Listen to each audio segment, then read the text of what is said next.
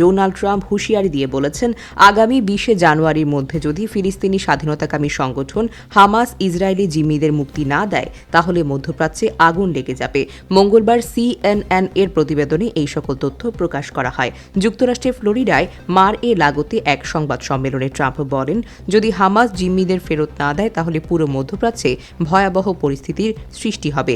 20 জানুয়ারি আমার দায়িত্ব গ্রহণের পরও যদি এই সমস্যার সমাধান না হয়, আমি শুধু এখন বলবো সব এলোমেলো হয়ে গেছে। সম্প্রতি ট্রাম্পের বিশেষ প্রতিনিধি স্টিভেন চার্লস উইটফ মধ্যপ্রাচ্যে সফর করতে গিয়েছেন এবং তিনি জানান, মার্কিন জিম্মিদের মুক্তির আলোচনা ইতোমধ্যে অগ্রগতি লাভ করেছে। উইটফ বলেন, আমরা খুব শীঘ্রই সফল হতে পারি। 20 জানুয়ারির মধ্যে প্রেসিডেন্টের জন্য কিছু ভালো খবর নিয়ে আসা সম্ভব হবে। এদিকে হামাসকে সতর্ক করে ট্রাম্প বলেন, এটি তাদের জন্য ভালো হবে না, আর কারো জন্য ভালো হবে না। যদি জিম্মিরা ফেরত না আসে তাহলে মধ্যপ্রাচ্যে বিশৃঙ্খলা শুরু হবে।